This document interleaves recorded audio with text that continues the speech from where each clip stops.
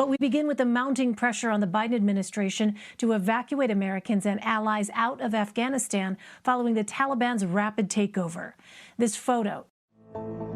Hello, today I present to you an extremely attractive application for music lovers. It's completely free. You can listen to music online or download unlimited music to use whenever you don't have internet. The powerful search function helps you find anything you want. Trust me. It's hard not to find what you're looking for because the search function is really powerful.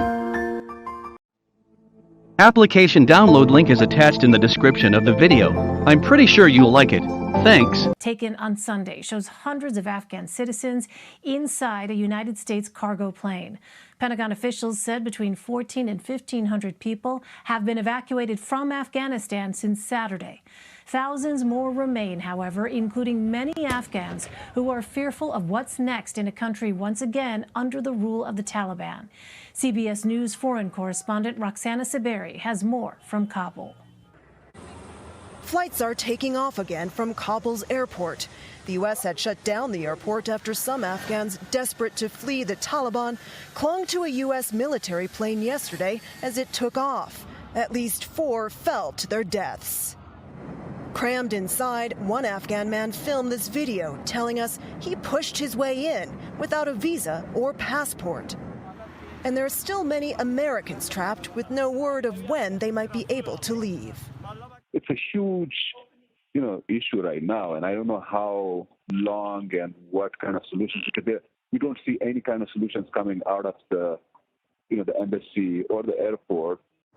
Now hundreds of Afghans are lining up to leave. These are all Afghans who have come to the airport to get processed by U.S. troops, and from here they'll be getting on an American flight and heading out of Afghanistan to freedom. The Taliban say Afghans have no reason to fear their return. In their first news conference today, they issued proclamations of amnesty and reassurances to Afghan women. But there's concern about the large numbers of U.S. weapons now in their possession and if their word can be trusted.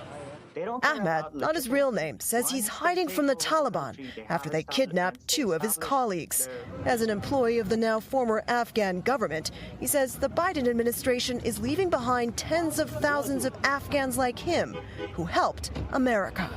The Afghan people helped them fight terrorism, Al-Qaeda. What do you think they would do to you if they found you? If they take us, the imminent is, death. While President Biden has defended the U.S.'s withdrawal from Afghanistan, he admits the swift collapse of the country's government took the U.S. by surprise.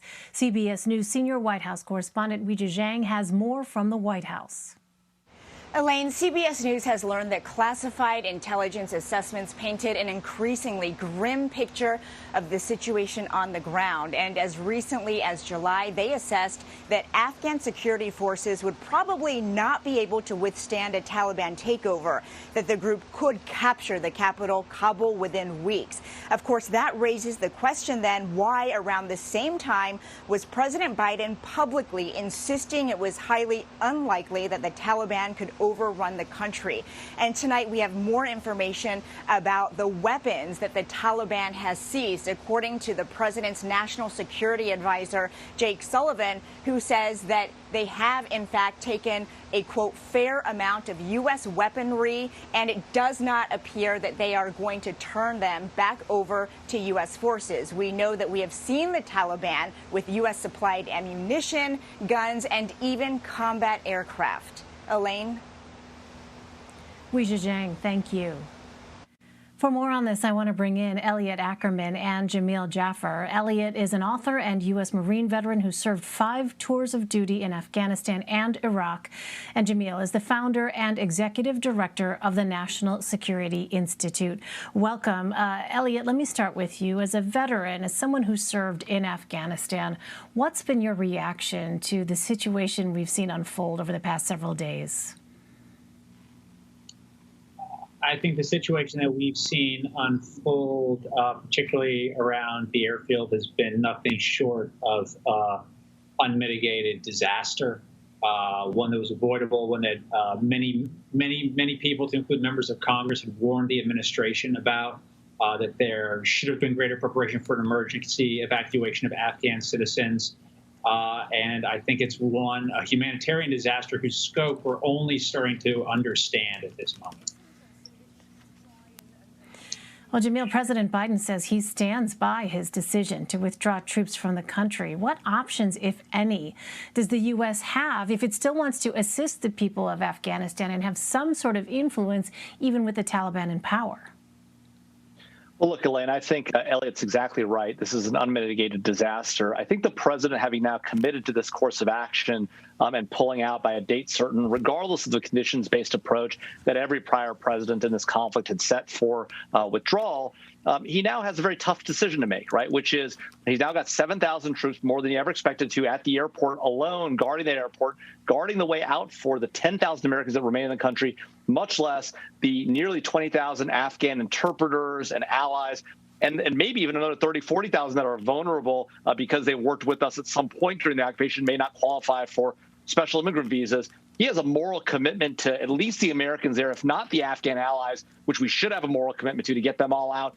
In my view, Elaine, not a single American soldier should leave that airbase until every American, including the hostages currently still being held by the Haqqani network, and at least the SIVs, if not a number of other Afghan allies, have left that country. If we need to put more troops in to secure the airbase and to secure routes into the airbase from other cities into Kabul, we need to do that because we have a moral obligation to those people, not just the Americans, but our Afghan allies also.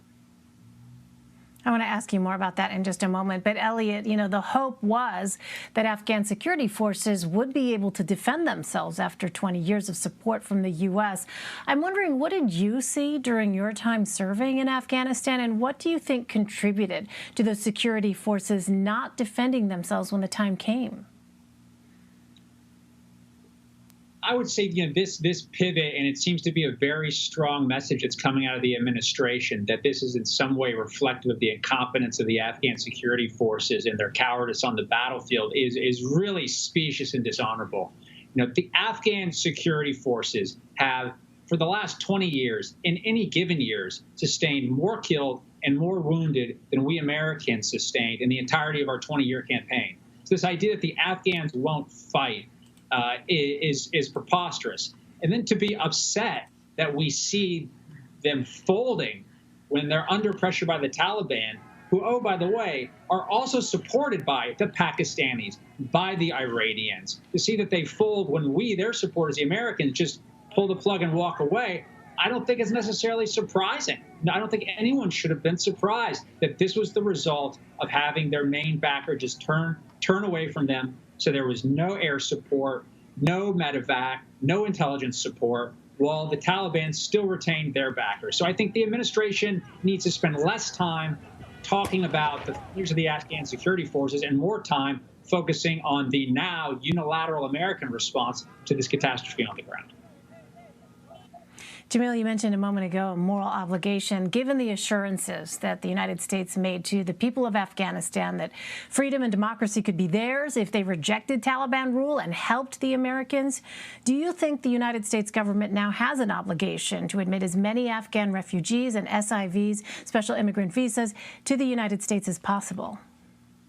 Well, look, absolutely. At a bare minimum, right, the 20,000 or so SIVs, a couple of thousand who now come to the United States, but there's still 18,000 in country. These are men and women who served mostly men who served alongside our soldiers as interpreters, interrogating Taliban, Al-Qaeda, ISIS detainees alongside American soldiers. They're the ones who helped us identify places where these individuals were staying, right? On top of that, there's another 30 or 40,000 supporters, journalists, the like, who cooperated with Americans, were working with us on converting hearts and minds in Afghanistan. We have left all of those people behind. You saw the desperate scenes that Elliot referred to on the tarmac there. At the Kabul airport, but it goes well beyond that. These people are in cities like Kandahar, like Jalalabad, and the like, and we are not paying any attention to those folks. The president made a commitment early on when he made the decision to pull out, said, I will get all those SIVs out. They are not out today. They can't even get to the airport in Kabul, much less get out of the country. And so this idea that we don't have a moral obligation to them, we must admit them as soon as possible. We have to vet them and do the like and ensure that they deserve SIV status. or deserve ally status, whatever that might be. But we owe them a debt, right? It goes beyond this question of democracy and freedom. These are the people who actually fought and worked alongside us. And this idea, I think Elliot's exactly right. This idea that the Afghan forces just melted away, right? Here's what really happened. The president set a deadline of September 11th, and well before that, he pulled troops out in the middle of the night, right, out from under them. What would you do if you're sitting there looking at a fighting force coming your way, your biggest backer, all the air support melted away overnight, right? It's crazy to expect them to stand and fight and watch that happen. Watching us having completely walked away and abandoned them under the cover of night, just outrageous.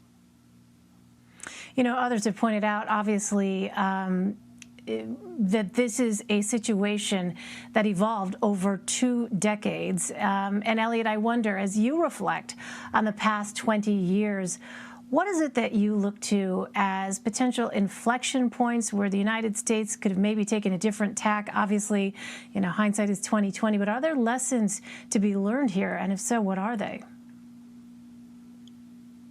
I think there's certainly plenty of blame to be passed around. I think after the successful incursion in Afghanistan under President Bush in 2002 and 2003, that was probably an opportunity to pursue a more narrow course in Afghanistan that didn't necessarily involve a larger nation-building project. I think a massive mistake was in 2009 when President Obama announced the surge. He, in that very same speech, was at West Point, announced the date that we would be withdrawing all U.S. troops, which was 2014. You know, there's a saying in Afghanistan. Many people might have heard it listening to this, but it's that in Afghanistan, the Americans have the watches, but the Taliban have the time. The problem with our endeavor there is we never convinced the Taliban or our allies that we possessed both the watches and the time, that we had the capacity and the technological superiority to defeat the Taliban and the will to stay the course. So again, a lot's being said right now about the Afghan will to fight. We should be talking about the American will to fight, because we might have fought there for 20 years, but every single one of those 20 years, our withdrawal was about 18 months away. Yeah, I hadn't heard that saying.